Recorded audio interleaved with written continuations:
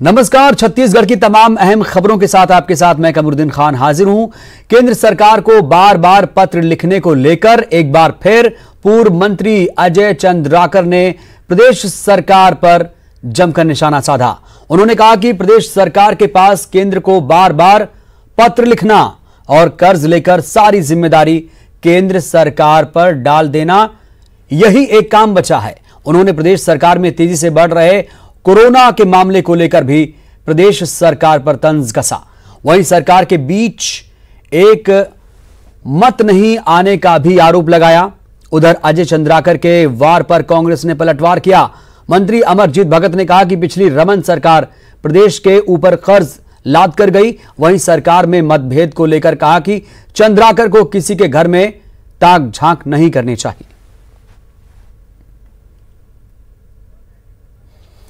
तो पूर्व मंत्री अजय चंद्राकर ने राज्य सरकार पर तंज कसा है। उन्होंने कहा कि केंद्र को बार बार पत्र लिखने और कर्ज को लेकर केंद्र पर ही जिम्मेदारी डालने के अलावा सरकार के पास कोई काम नहीं बचा है, जिसके जवाब में अब कांग्रेस ने भी पलटवार किया है।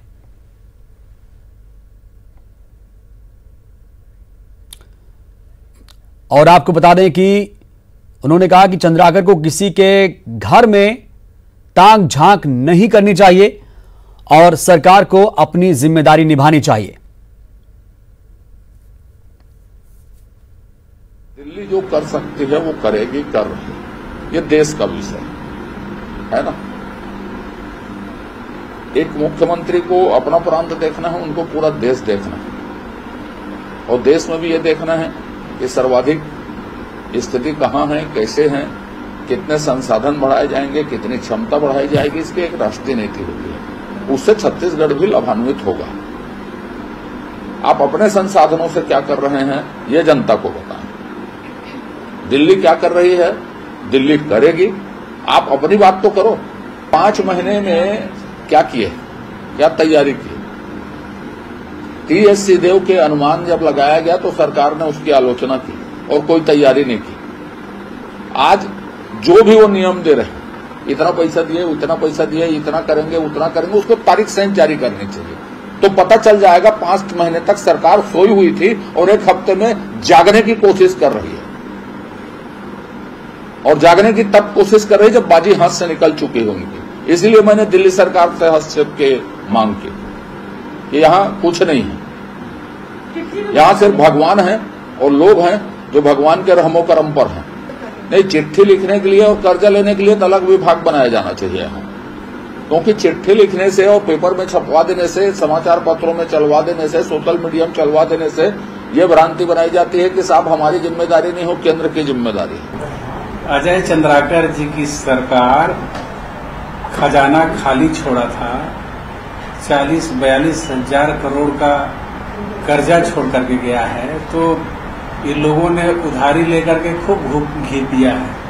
अब हमको प्रदेश चलाना है तो जो आवश्यक काम हो सो तो करना ही पड़ेगा। वैसे तो हम लोग अजय चंद्राकर जी की बातों को बहुत गंभीरता से नहीं लेते, इसलिए कि उनकी बात में कोई तथ्यात्मक रहस्य रहता नहीं है और कुछ भी बोल जाते हैं।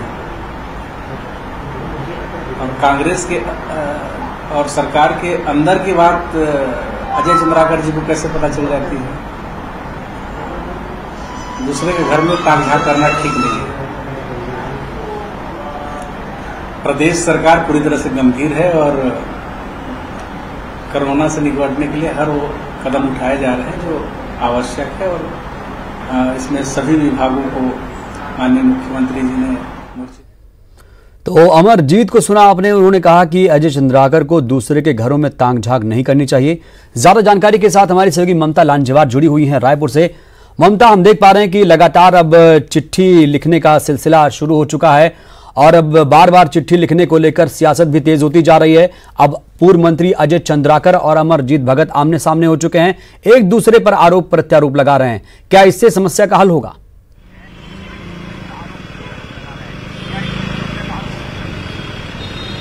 बिल्कुल, देखिए लगातार भारतीय जनता पार्टी जो है वो सरकार को निशाने पर ले रही है और इस बात को लेकर भी बार बार कह रही है कि समन्वय की स्थिति जो है वो सरकार में नहीं दिखाई देती है और यही वजह है कि कोरोना की जो स्थिति जो बेलगाम होते जा रही है उसका एक बड़ा कारण यही है। आज सुबह भी पूर्व स्वास्थ्य मंत्री अजय चंद्राकर ने इस बात को लेकर सरकार को घेरा और उन्होंने कहा कि कांग्रेस, अगर हम बात करें तो सरकार के भीतर ही जो स्वास्थ्य मंत्री हैं वो अकेले पड़ गए हैं और बाकी जो डिपार्टमेंट है उनको कोई सहयोग नहीं मिल रहा है। और जिस तरीके से आप देख लीजिएगा कि स्वास्थ्य विभाग जो नियम कायदे बनाता है या जो भी जो स्टेप लेता है, लेकिन उसको बाकी डिपार्टमेंट का सहयोग नहीं मिलता और यही वजह है कि कोरोना के लगातार मामले बढ़ रहे हैं। लेकिन इस पर कांग्रेस का कहना है कि मंत्री अमरजीत भगत कह रहे थे कि अजय चंद्राकर को अंदर की बात कैसे मालूम, उनको दूसरे के घरों में झांक ताक नहीं करना चाहिए। हालांकि उनसे ये भी पूछा गया कि जो आप कह रहे हैं कि अंदर की बात कैसे मालूम, क्या वाकई इस तरह की स्थिति है। तब अमरजीत भगत का कहना था कि वो जिस तरीके से बात कर रहे हैं उसका मतलब तो यही है वो अजय चंद्राकर जिस तरीके से बात कर रहे हैं। हालांकि अमरजीत भगत का ये कहना था कि सरकार के भीतर समन्वय की स्थिति है, सभी एक दूसरे से बात करते हैं, तमाम मंत्रियों से मंत्री आपस में बात करते हैं और कोरोना को लेकर स्थिति को लेकर उनका कहना है कि केवल छत्तीसगढ़ में नहीं बल्कि पूरे देश में इस तरह की स्थिति है, ये उनका अपना तर्क है और पूरी दुनिया भर में कहीं न कहीं कोरोना बेलगाम हो चुका है। लेकिन ये तो जरूर है कि जिस तरीके से कोरोना के मामले बढ़ते जा रहे हैं, जिस तरह से बिल्कुल, तो कोरोना के मामले बढ़ रहे हैं और ऊपर से सियासत भी तेज हो रही, बनी रहेगी ममता। हमारे साथ इस वक्त बीजेपी प्रवक्ता संजय श्रीवास्तव साहब भी जुड़े हैं। संजय जी, ये हो क्या रहा है? अगर राज्य सरकार को कुछ दिक्कत है, केंद्र से मदद चाहती है, तो आप लोगों को उसमें क्या दिक्कत हो जाती है? बीजेपी को या केंद्र सरकार को कहीं कोई दिक्कत नहीं है। संघीय व्यवस्थाओं में आदान प्रदान, सहयोगात्मक सभी चीजें चलती हैं। हमारा तो पहला प्रश्न ये है कि जिस छत्तीसगढ़ में कोरोना का संक्रमण बहुत कम था, लेकिन आज भयावह स्थिति है और बहुत सारे ऐसे गैर शासित पार्टियों की सरकारें हैं, उन्होंने बेहतर तरीके से केंद्र सरकार के साथ में समन्वय स्थापित करके अपने राज्यों के अंदर में उसको उन्होंने नियंत्रित किया है। लेकिन आपको ध्यान होगा कि मार्च से ही, पहले दिन से ही टकराहट की राजनीति, टकराव की राजनीति यहाँ पर कांग्रेस की सरकार करती रही, जिसका दुष्परिणाम ये। जहां तक चिट्ठी का विषय है, जो आज मूल विषय आपका है, देखिए चिट्ठी लिखे कहीं आपत्ति नहीं है, चिट्ठी में आपकी नीयत कैसी है और आपने डिमांड्स क्या किया है। मुझे लगता है कि 2 वर्षों के अंदर में लगभग 2-2.5 लाख करोड़ रुपए की मांग इन्होंने कर दिया होगा विभिन्न मदों में। और ये बात तो सत्य है कि चिट्ठियां लिखी जाती है, उसकी उपयोगिता, उसका महत्व समाप्त कर दिया है इस सरकार ने। हर हफ्ते के अंदर में 10 दिन के अंदर में एक चिट्ठी लिखते हैं और 1,000 करोड़, 700 करोड़, 20-30 हजार करोड़ रुपए की डिमांड करते हैं। ये बात सर्वथा सिद्ध है कि अभी जो सरकार है, कोरोना संक्रमण के समय जिस तरीके से लोगों की नजरों में आ गई है कि सरकार कुछ नहीं कर रही है, अपनी कमियों को छिपाने के लिए ठीक चलिए, तो चिट्ठी लिखने को लेकर नहीं, लेकिन नीयत पर आप लोग सवाल खड़े कर रहे हैं। बहुत बहुत शुक्रिया संजय जी आपका, और ममता आपका भी बहुत बहुत शुक्रिया। तो केंद्र को लगातार जो चिट्ठी लिखी जा रही है भूपेश सरकार की तरफ से, उसको लेकर यहां पर राजनीति हो रही है। बढ़ते आगे, बात करेंगे बस्तर की, जो बहुत महत्वपूर्ण खबर है। नक्सलियों से निपटने के लिए यहां पुलिस ड्रोन की मदद ले रही है। इसी ड्रोन की मदद से नक्सलियों के मूवमेंट का वीडियो सामने आ चुका है, जिसमें नक्सली बड़ी संख्या में ग्रामीणों को सड़क काटने के लिए ले जा रहे हैं। वीडियो 9 सितंबर का है। पालोड़ी से सामने आए इस वीडियो में नक्सली बड़ी संख्या में ग्रामीणों को अपने साथ ले जा रहे हैं। ये आप देख सकते हैं। ये तस्वीरें किस्टाराम थाना क्षेत्र के पालोड़ी की हैं। सुकमा एसपी शलभ सिन्हा ने इस मामले की पुष्टि की है। तो न्यूज 18 की एक्सक्लूसिव तस्वीरें आपको दिखा रहे हैं। नक्सलियों का ड्रोन से एक वीडियो सामने आया है, जहां पर आप देख पा रहे हैं किस तरीके से नक्सली ग्रामीणों को अपने साथ ले जा रहे हैं। ज्यादा जानकारी के साथ हमारे सहयोगी विनोद कुशवाहा जुड़े हैं। विनोद, क्या ताजा जानकारी आपके पास है इस वीडियो को लेकर? देखिए कमरुद्दीन, ये 9 सितंबर का वीडियो है और जैसा कि बताया जा रहा है, चूंकि इस इलाके में माओवादियों की घटना जो है वो लगातार बढ़ रही है, उनकी आमद बढ़ रही है, उसके चलते सुरक्षा एजेंसियां भी अलर्ट मोड पर हैं। और ये पिछले 2 सालों से सिलसिला जारी है कि जो धुर नक्सल प्रभावित इलाके हैं, जो उनके खासतौर पर कंबोड एरिया कहलाते हैं, वहां पर माओवादियों पर निगरानी रखने के लिए, उनकी हरकतों पर नजर रखने के लिए ड्रोन जो है वो सुरक्षा बल समय समय पर उड़ाते हैं। और ये 9 सितंबर की बात है जब ड्रोन से सर्चिंग की जा रही है। बहुत बहुत शुक्रिया, वीडियो सामने आया है। शुक्रिया आपका बहुत बहुत। तो आप तस्वीरें देख पा रहे हैं किस तरीके से ग्रामीण नक्सलियों के साथ नजर आ रहे हैं। ये अपने आप में चिंताजनक हालात हैं, लेकिन मजबूरी तो ये भी है, दहशत ये भी है ग्रामीणों की कि उन्हें नक्सलियों के बीच में ही रहना है, तो उनसे कहीं ना कहीं उन्हें तालमेल भी बिठाना होगा। आप तस्वीरें देख रहे हैं किस तरीके से, हालांकि नक्सलियों का जो नेटवर्क है उसे तोड़ने की लगातार बातें भी सामने आती रहती हैं। लेकिन ये जो वीडियो आप देख रहे हैं, नक्सलियों का जो वीडियो आप देख पा रहे हैं, ग्रामीणों का ये वीडियो है। नक्सलियों के साथ ग्रामीण भी जा रहे हैं, मजबूरी में सही, लेकिन वो यहां नजर आ रहे हैं क्योंकि जो ग्रामीण हैं वो नक्सलियों के बीच में ही आखिरकार उन्हें रहना होगा, इसका उनके दिल में एक दहशत है।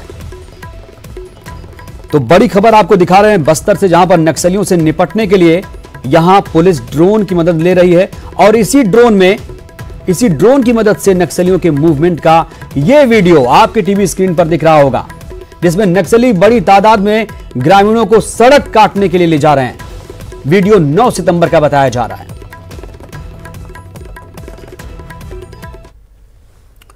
और जगदलपुर से खबर, जहां पर 112 के जवान देवदूत बन गए हैं। जवानों ने पिकअप चालक की जान बचाई। एनीकट में आए बाढ़ में फंसी पिकअप और तेज बहाव में गाड़ी से साथ ये ड्राइवर फंसा था। 112 के जवानों ने ड्राइवर की जान बचा ली है। तो राहत भरी ये खबर है, आपको बता रहे हैं 112 के जवान यहां पर देवदूत बनकर नजर आए। जवानों ने पिकअप चालक की जान बचाई है। एनीकट में आए बाढ़ में ये पिकअप फंस गई थी। तेज बहाव में गाड़ी के साथ ये ड्राइवर फंसा हुआ था। 112 के जवानों ने ड्राइवर की जान बचाई है। पिकअप को भी बाहर निकाल लिया गया है। लोहंडीगुड़ा थाने के घाट धनोरा भोट का ये पूरा मामला आपको बता रहे हैं, जहां पर एनीकट में आए बाढ़ में फंसे पिकअप और चालक की जान बचाई गई है। ज्यादा जानकारी के साथ हमारे सहयोगी विनोद कुशवाहा जुड़े हैं। विनोद, क्या ताजा अपडेट आपके पास? सुरक्षित जो है पिकअप चालक को और पिकअप को निकाल लिया गया है और पूरा मामला है कि भोन में पुल बन रहा है और उसके लिए ये सीमेंट पहुंचाने पिकअप वाहन वहां पर गया था। क्योंकि अभी बारिश नहीं हो रही है, लेकिन अब खेतों में पानी पहुंचाना है और उसके चलते नहरों के जरिए, एनीकट के जरिए पानी की सप्लाई की जा रही है। तो एनीकट में काफी ज्यादा बहाव था, तेज बहाव था और उसके चलते पिकअप जो ड्राइवर है उससे लापरवाही पूर्वक पिकअप को पानी तेज धारा में उतार दिया और बीच उसमें जाकर के पिकअप फंस गई। और ऐसी स्थिति में चूंकि पिकअप चालक केवल अकेला था, उसके साथ कोई हेल्पर नहीं था, इस वजह से उससे तुरंत जो है मौके से ही 112 की मदद लेनी चाहिए और फोन किया। जिसके बाद तत्काल 112 की टीम वहां पर पहुंची और उनके जो 4 जवान थे वो देवदूत बने और सुरक्षित तरीके से जो है बड़ी सावधानी के साथ पिकअप को हुई तेज बहाव से बाहर निकाला गया और जो पिकअप का चालक है उसे भी सुरक्षित बचा लिया गया है। जी कमरुद्दीन। चलिए, बहुत बहुत शुक्रिया विनोद आपका जानकारी देने के लिए। तो 112 के जवान किस तरीके से यहां पर देवदूत बने थे और किस तरीके से उन्होंने बहादुरी दिखाते हुए पिकअप चालक की जान बचाई है, ये वाकई एक इंसानियत की मिसाल कही जाएगी। दुर्ग जिले में निजी स्कूलों और पालकों के बीच फीस को लेकर तकरार बढ़ती जा रही है। एक और स्कूल प्रबंधन बच्चों की फीस जमा करने के लिए बार बार सूचित कर रहा है, वहीं लॉकडाउन में अपने घरों पर ही अपने बच्चों को पढ़ाने वाले पालक स्कूल प्रबंधन के आदेश को अवैध बता रहे हैं। पालकों ने छात्र पालक संघ के बैनर तले प्रदर्शन कर प्रशासन को भी अपनी मंशा से अवगत करा दिया है। से आ रहा है, बट स्कूल प्रशासन को शर्म आनी चाहिए फीस मांगते हुए पेरेंट्स से कि किस बात की फीस दें। ऑनलाइन के नाम से ये उनकी मंशा थी एक्चुअली कि ऑनलाइन पढ़ाई कराई जाए और इनसे फीस वसूली जाए, जबकि हमारे बच्चे स्कूल नहीं जा रहे हैं, घर भी पढ़ा रहे हैं, जिसके लिए 15-20 हज़ार रुपये का मोबाइल भी लेके देना पड़ रहा है, उसका डाटा का भी खर्चा है। ये सब स्कूल को देना चाहिए, उल्टा हमसे फीस मांग रहे हैं उन लोग। लॉकडाउन में जैसे स्कूल संचालक फीस के लिए मांग कर रहे हैं, तो एक आम आदमी जिस तरह से सारा काम ठप पड़ा हुआ है लॉकडाउन में, ये सभी को पता ही है, तो संभव नहीं है कि हम किसी भी स्कूल को हम फीस दे सकें। और ऑनलाइन पढ़ाई जो हो रही है उसमें पालक को साथ में बैठ के बच्चों के पढ़ाना पड़ रहा है। और मैं पालक संघ का अध्यक्ष होने के नाते मैं सारे शिक्षा विभाग को ये चेतावनी देता हूँ, चैलेंज करता हूँ कि कोई भी एक स्कूल की फीस अगर वो नियमता अधिसूचित है तो वो मेरे सामने लाएं, हम पालक पूरी फीस देने के लिए तैयार है। भिलाई के सारे स्कूल को लीजिए, जितने भी पेरेंट्स फीस दिए हैं लगभग 10%, 20%, 30%, 50% इतने पेरेंट्स फीस दे दिए हैं। मान लीजिए तो पेरेंट्स को ये पूछा जाए कि क्या सब फीस पूरा दे दिए हैं, किसी स्कूल को उठा के देखिए। ब्रेक के बाद हाजिर हूं रायपुर से खबर, जहां पर मुख्यमंत्री भूपेश बघेल ने रीट्वीट कर जानकारी साझा की। एम्स और निजी अस्पतालों के डॉक्टरों को नमन किया। स्वास्थ्य सहकर्मी भी समर्पण के साथ काम कर रहे हैं, ऐसा उन्होंने कहा। कोरोना काल में रीढ़ का काम कर रहे अस्पताल, सबके समर्पण को नमन, मुख्यमंत्री भूपेश बघेल ने ये ट्वीट किया है। और अब कोरोना के आंकड़ों की बात करते हैं। छत्तीसगढ़ में लगातार कोरोना का कहर जारी है। राज्य में 24 घंटे के दौरान 2228 नए मरीज मिले। राजधानी रायपुर अब कोरोना हॉटस्पॉट बना हुआ है। रायपुर में 621 नए कोरोना मरीज मिले हैं। प्रदेश में 24 घंटे में रिकॉर्ड 16 लोगों की मौत हुई है। रविवार को प्रदेश में 1015 मरीज डिस्चार्ज हुए। प्रदेश में एक्टिव मरीजों की संख्या 31,505 पहुंच चुकी है। कुल पीड़ितों की संख्या बढ़कर 63,991 पहुंच चुकी है। और कोरोना से अब तक राज्य में 555 लोगों की जान गई है और अब तक 28,195 मरीज डिस्चार्ज हुए हैं।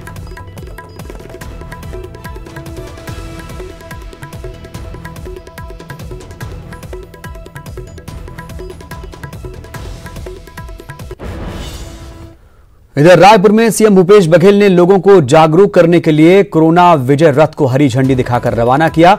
रायपुर के वार्डों, बस्तियों, मोहल्लों में 6 कोरोना विजय रथ लोगों को मुफ्त मास्क, सैनिटाइजर बांटने के साथ ही कोरोना संक्रमण से बचने को लेकर जागरूक करेगा। वहीं मुख्यमंत्री भूपेश बघेल भी लोगों से कोरोना को लेकर सचेत रहने की अपील कर रहे हैं। उन्होंने कहा कि कोरोना से इलाज के तमाम व्यवस्थाएं मौजूद हैं।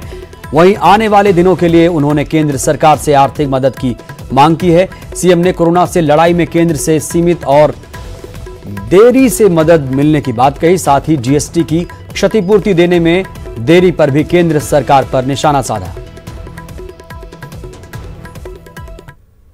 की शुरुआत आज की गई रायपुर शहर में। रायपुर नगर निगम, बिरगांव नगर निगम, इसमें 6 गाड़ियाँ चलेगी, जिसमें फ्री में मास्क, सैनिटाइजर और जन जागरण की बातें कही जाएगी। इधर स्वास्थ्य मंत्री टीएस सिंहदेव ने कोरोना संक्रमण पर कहा कि रायपुर में वो टारगेट लेकर चल रहे हैं। अभी उनका टारगेट है रायपुर। अगर यहां 25,000 तक मरीज पहुंच जाते हैं तो क्या कर सकते हैं। उन्होंने कहा कि दिक्कत आईसीयू बेड को लेकर हो सकती है। 5,000 की संभावना थी तो हम लोगों ने 10,000 का टारगेट दिया था। अब रायपुर 10,000 पार जब हो रहा है तो हम लोगों ने 15,000 का टारगेट दिया हुआ है और अंततः 25,000 तक का भी व्यवस्था को ध्यान में रख के हम लोग प्लानिंग कर रहे हैं। अब ये भी स्थिति आएगी कि डिस्चार्ज की संख्या भी धीरे धीरे बढ़ेगी। अभी तक कम आए हुए पेशेंट्स डिस्चार्ज हो रहे थे। ज़्यादा संख्या में इस महीने की शुरुआत से ही संख्या बढ़ी है सितंबर से। तो ये सितंबर वाले जैसे डिस्चार्ज होने लगेंगे तो वो दोनों दबाव बनेगा। 3,000 पेशेंट अगर आ रहे हैं, जिस दिन 2,000 पेशेंट डिस्चार्ज होने लगेंगे तो दबाव 3,000 का नहीं रहेगा, 1,000 का रहेगा। कल यानी 15 सितंबर को पीसीसी अध्यक्ष मोहन मरकाम का जन्मदिन है, लेकिन उन्होंने कोविड के चलते अपना जन्मदिन नहीं मनाने का फैसला लिया है। मोहन मरकाम ने कांग्रेस कार्यकर्ताओं और समर्थकों से जन्मदिन नहीं मनाने की अपील की। मोहन मरकाम ने अपने लिखे संदेश में कहा कि कोविड के इस संकट के समय मन बहुत व्यथित है। इस वैश्विक आपदा में हमने अपने बहुत से करीबियों को खोया है। सारा देश प्रदेश इस महामारी के प्रकोप के कारण परेशान है। कल क्या होगा, कैसे होगा, किसी को नहीं पता।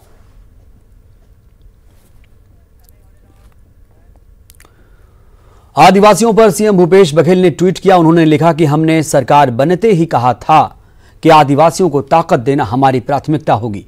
आदिवासियों की जमीन वापसी से लेकर तेंदुपत्ता समर्थन मूल्य में वृद्धि, अधिक लघु वनोपजों की खरीदी, आदिवासी संस्कृति के संवर्धन हेतु अनेक कार्यक्रमों के साथ हमारा प्रदेश आगे बढ़ रहा है।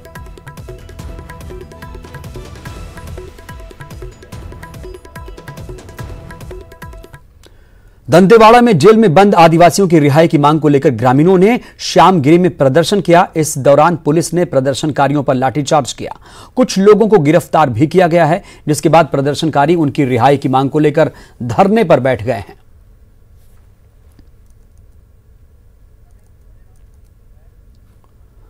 और रायपुर से खबर, जहां पर पूर्व मंत्री चनेश राम राठिया का निधन हो गया। सीएम भूपेश बघेल ने ट्वीट कर उन्हें श्रद्धांजलि दी। अविभाजित मध्य प्रदेश में मंत्री रहे और कांग्रेस के आदिवासी नेता चनेश राम राठिया अब नहीं रहे। सीएम भूपेश बघेल ने ट्वीट कर उन्हें श्रद्धांजलि दी है।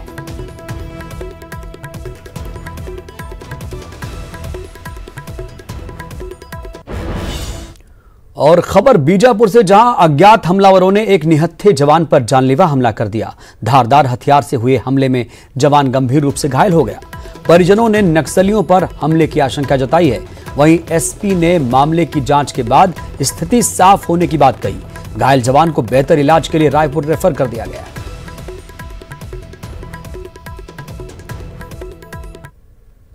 मारे हम लोग यहाँ थे बोल के बताए, उन लोग को मारते समय नहीं बताए। क्या बोले से नहीं हम लोग आ रहे थे तो उन लोग भग गए, गाड़ी लेके भग गए, गिर गया तो मर गया बोल के भग गए बोल के बताए।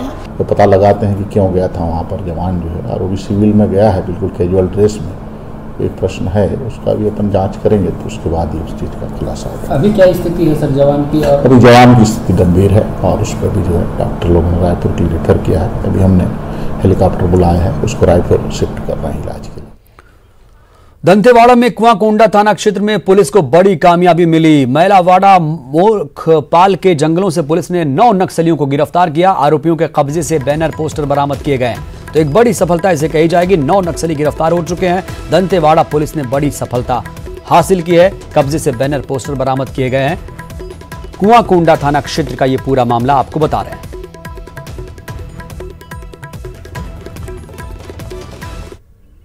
दंतेवाड़ा में माडरी नाला पार करने के लिए आदिवासी ग्रामीणों ने जुगाड़ से 70 मीटर झूला पुल बना दिया।